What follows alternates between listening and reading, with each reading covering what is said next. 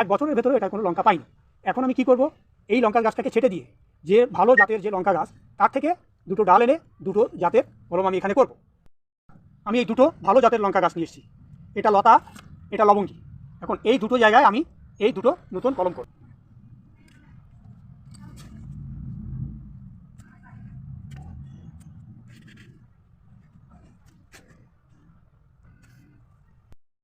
এবার এই লবঙ্গী যে জাতটা আছে আমি এই জাতটার থেকে একটা নেব।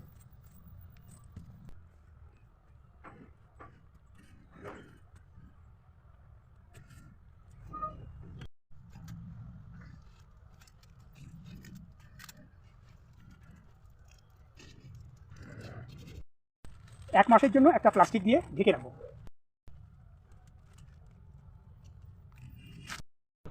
দুটো, এটা হচ্ছে সেই লতা আর এটা হচ্ছে লবঙ্গী। লতাটাও ভালো আসছে, লবঙ্গীটাও ভালো আসছে।